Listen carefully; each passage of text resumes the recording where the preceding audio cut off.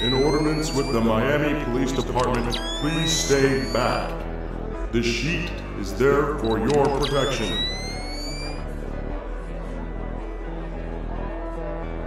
So what do we got? Same as the Luna case. Oh my god, that makes 11. What does it mean? It must mean that 11th Moon Weekly's theme is detectives. And it's gonna be... a killer.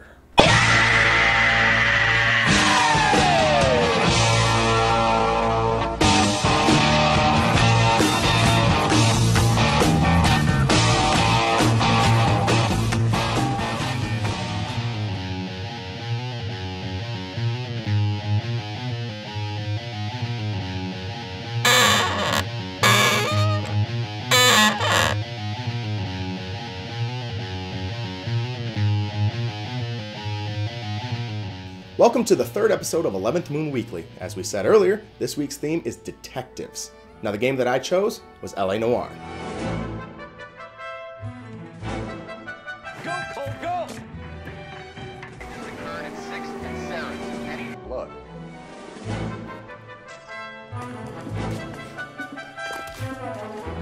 What originally interested me in the game was the fact that Rockstar made it, it was slammed with great reviews, and it was something a little different than what I'd played before.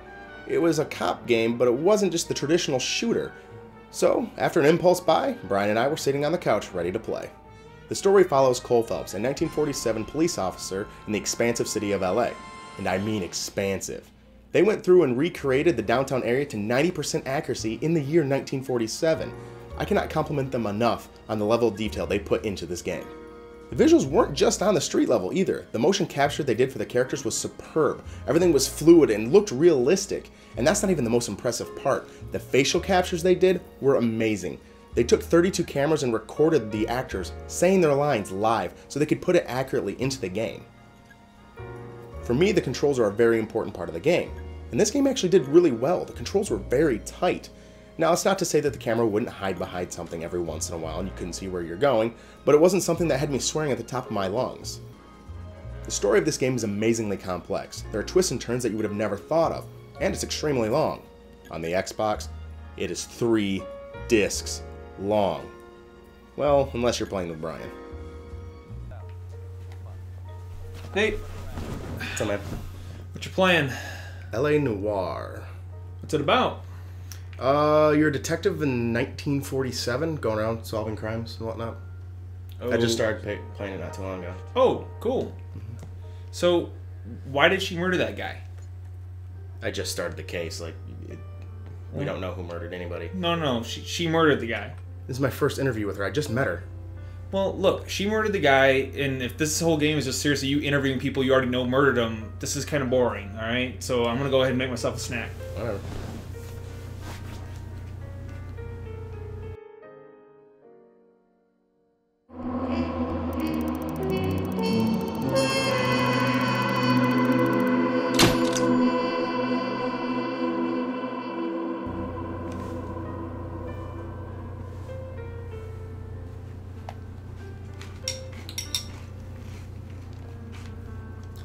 Butler did it.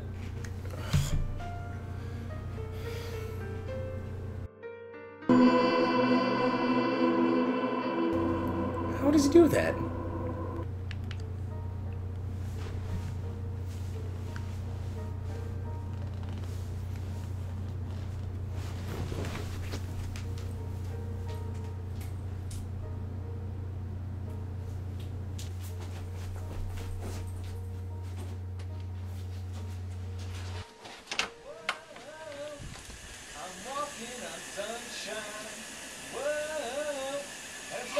Yes, he's showering.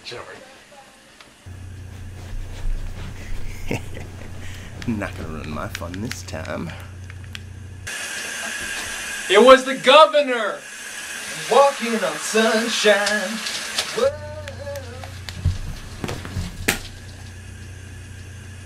The pacing of this game is extremely slow, but for a point. You're a detective and you're interviewing and interrogating witnesses and suspects.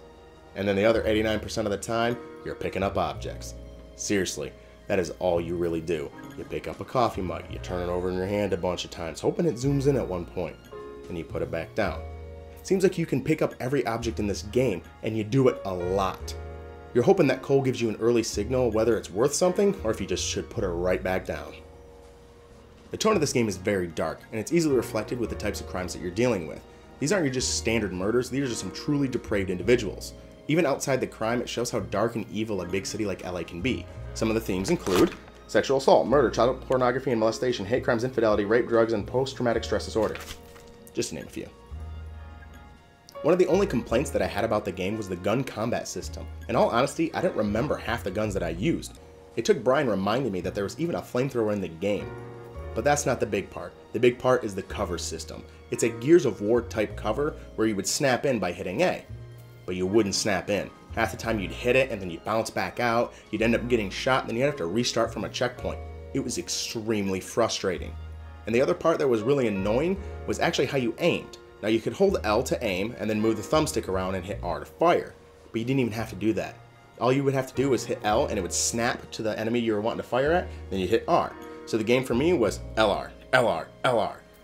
Really, you could take out an entire room, a massive room, with a shotgun within 3 seconds, just going LR, LR, LR.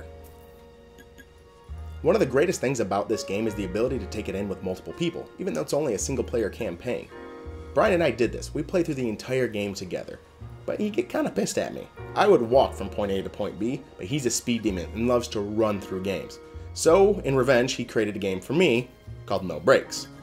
Now what No Brakes is exactly as it sounds. I'm not allowed to hit the brakes when I'm driving. I would have to go through, accelerator jammed through the floor, and only hit the brakes when I wanted to make a hairpin turn.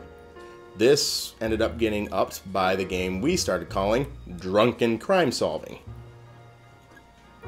Overall, the game was very enjoyable. It was one that I didn't want to put down. I kept wanting to come back and solve more crimes and continue my quest for justice. I give it 4 out of 5.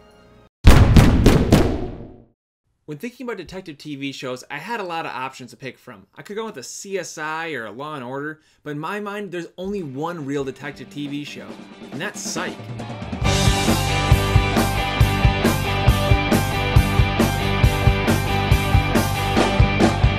Psych is awesome.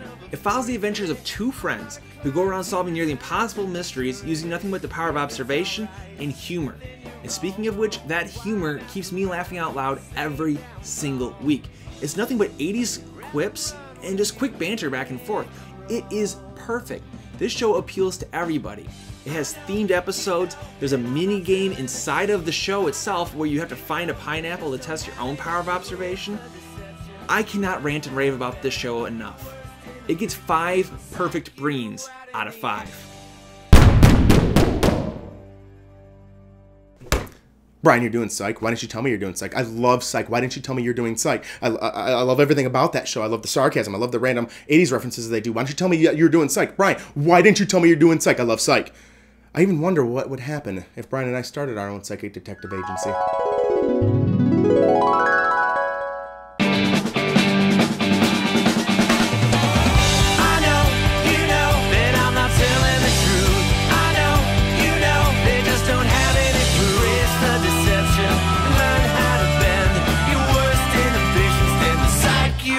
In the end.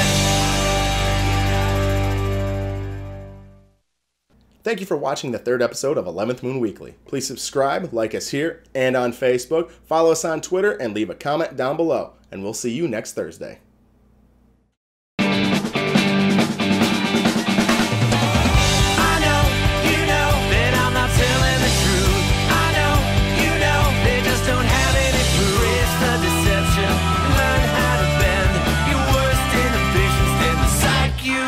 In the end.